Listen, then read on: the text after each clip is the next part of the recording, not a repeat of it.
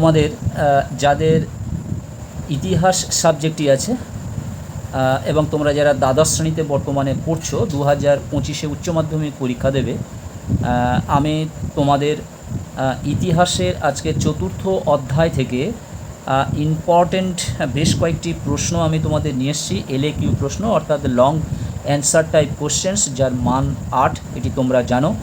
আমি তৃতীয় অধ্যায় পর্যন্ত তোমাদের এই LAQ প্রশ্নের সাজেশান 2025 উচ্চ মাধ্যমিকের জন্য আমি অলরেডি দিয়েই দিয়েছি। তোমরা যারা পাওনি তোমরা প্লেলিস্ট ফলো করো এবং কোনো ইতিহাসের ভিডিওতে গিয়ে সেখানে যে ডেসক্রিপশান বক্সের লিঙ্ক দেওয়া থাকে সেখান থেকে তোমরা দেখে নিতে পারো।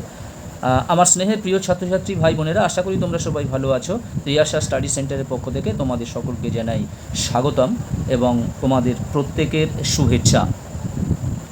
আমরা আজকের চতুর্থ অধ্যায় নিয়ে এসেছি সাম্রাজ্যবাদের বিরুদ্ধে প্রতিক্রিয়া। দেখো, এই চতুর্থ অধ্যায় সাম্রাজ্যবাদের বিরুদ্ধে প্রতিক্রিয়া এই এই অধ্যায়টি থেকে 6টি ইম্পর্টেন্ট প্রশ্ন বেরিয়েছে। এর থেকে তোমাদের 2025 সালের কোন প্রশ্নটি আসতে পারে নির্ণয় করা একটু কঠিন হয়ে পড়ে। এটি প্রত্যেক স্যারই বলবেন, যেহেতু অনেক প্রশ্ন ইম্পর্টেন্ট, অনেক প্রশ্ন আছে। কোনো প্রশ্ন 2016, কোনো প্রশ্ন 2017, কোনো প্রশ্ন 2018, 19, এরকম বিভিন্ন প্রশ্ন আছে এবং সংসদ নমুনা প্রশ্ন আছে, মক টেস্টের বিভিন্ন প্রশ্ন আছে। এইভাবে তোমরা তোমাদের প্রশ্ন বিচিত্রা থেকে দেখবে প্রায় 25 থেকে 30টা ইম্পর্টেন্ট প্রশ্ন সেখানে রাখা হয়েছে। কিন্তু তোমাদের এই অধ্যায় থেকে, তোমাদের প্রথম বিভাগের চতুর্থ অধ্যায় থেকে একটি মাত্র প্রশ্ন আসবে। তাহলে বুঝতে পারছো এটি নির্ণয় করা কতটা কঠিন। তবে আমি তোমাদের প্রথম থেকে যে 3টি থেকে 4টি প্রশ্ন তোমরা অবধারিত খুব সুন্দরভাবে তোমরা মুখস্থ করবে। তার মধ্যে বিশেষ করে 2টি প্রশ্ন আমি তোমাদের স্টার দিয়ে দিচ্ছি। এই 2টি প্রশ্ন ভেরি ভেরি ইম্পর্টেন্ট। এই 2টি প্রশ্নের মধ্যে থেকে একটি প্রশ্ন তোমরা পেতে চলেছ এবং এই প্রশ্ন দুটির মধ্যে যে কোনো একটি প্রশ্ন পড়তে চলেছে। এবং তোমরা যারা ইতিহাসকে ভালোবাসো এবং ইন ফিউচারে ইতিহাস নিয়ে অর্থাৎ হিস্ট্রি নিয়ে তোমরা অনার্স পড়তে চাও, তোমরা অবশ্যই এই 6টি প্রশ্ন খুব ভালো করে তৈরি করবে। খুব ভালো করে বললে ভালো হয়, ভালো করে পড়লে ভালো হয়। কিন্তু তোমরা যারা মিডিয়াম ছাত্র, তোমরা 1, 2, 3 এই 3টি প্রশ্ন তোমরা খুব ভালো করে করবে এবং বাকিগুলো একটু তোমরা দেখে যেও, যাতে স্লিপ খেয়ে যদি অন্য প্রশ্ন আসে এর মধ্যে থেকেই আসবে। যদি নিচের 3টি অর্থাৎ 4, 5, 6 3টি প্রশ্ন আসে তাহলে তোমরা একেবারে ছেড়ে চলে আসবে না, তোমরা অবশ্যই কিছু লিখতে পারবে।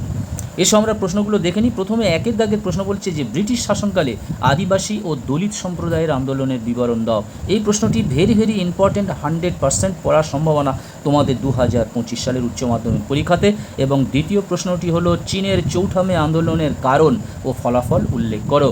দেখো, এখানে 4+4 করা আছে, অর্থাৎ দলিত বিষয়ে লিখলে, আন্দোলন লিখলে 4 এবং আদিবাসী সম্প্রদায় লিখলে তার 4 আছে। চীনের চৌঠা মে আন্দোলনের কারণে 4 এবং ফলাফলে 4, এইভাবে 4+4 করে নাম্বারটা ভাগ করে দেওয়া থাকে। 3 নম্বরে আছে ধর্ম সমাজ সংস্কারে এবং জাতীয়তাবাদের প্রসারে বিবেকানন্দের ভূমিকা সম্পর্কে আলোচনা করো।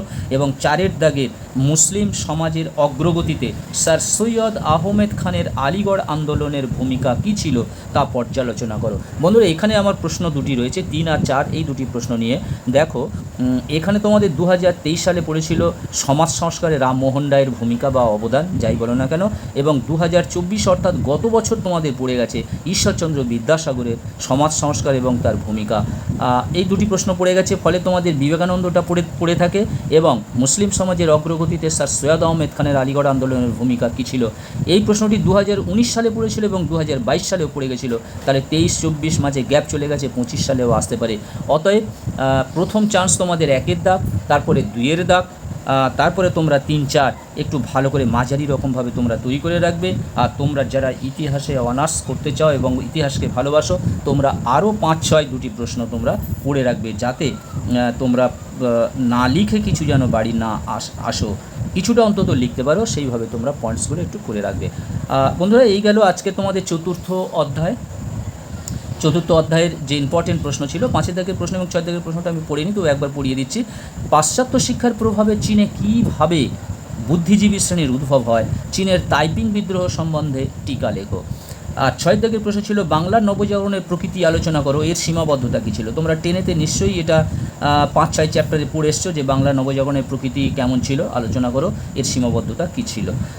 যাই হোক, এই 6টি প্রশ্ন তোমাদের জন্য রেখেছি। তোমরা মনে করছো অনেক প্রশ্ন দিয়েছে একটা চ্যাপ্টার থেকে, কিন্তু এই চ্যাপ্টার থেকে ধরা খুবই মুশকিল। তাই তোমাদের 1, 2 এই প্রশ্ন দুটি তোমরা একেবারে 100% মুখস্থ করবে এবং 3, 4 তোমরা মোটামুটি তৈরি করে রাখবে। এবং তোমরা যারা একটু ইতিহাসকে ভালোবাসো তোমরা আরও মোট 6টি প্রশ্নকে তোমরা পড়তে পারো। বন্ধুরা, আজকের মতো ভিডিওটি শেষ করলাম। আবার নেক্সট ভিডিও নিয়ে কথা হবে নেক্সট ডেতে। তোমরা সবাই ভালো থাকবে, সুস্থ থাকবে। আর সর্বশেষে জানাবো, তোমরা যারা এখনও চ্যানেলটি সাবস্ক্রাইব করোনি অবশ্যই তোমরা চ্যানেলটি সাবস্ক্রাইব করে নাও এবং বন্ধুদেরকে লিঙ্ক বেশি বেশি করে শেয়ার করো। আজকের মতো ভিডিওটি এখানে শেষ করলাম। তোমাদের সকলকে জানাই অশেষ ধন্যবাদ।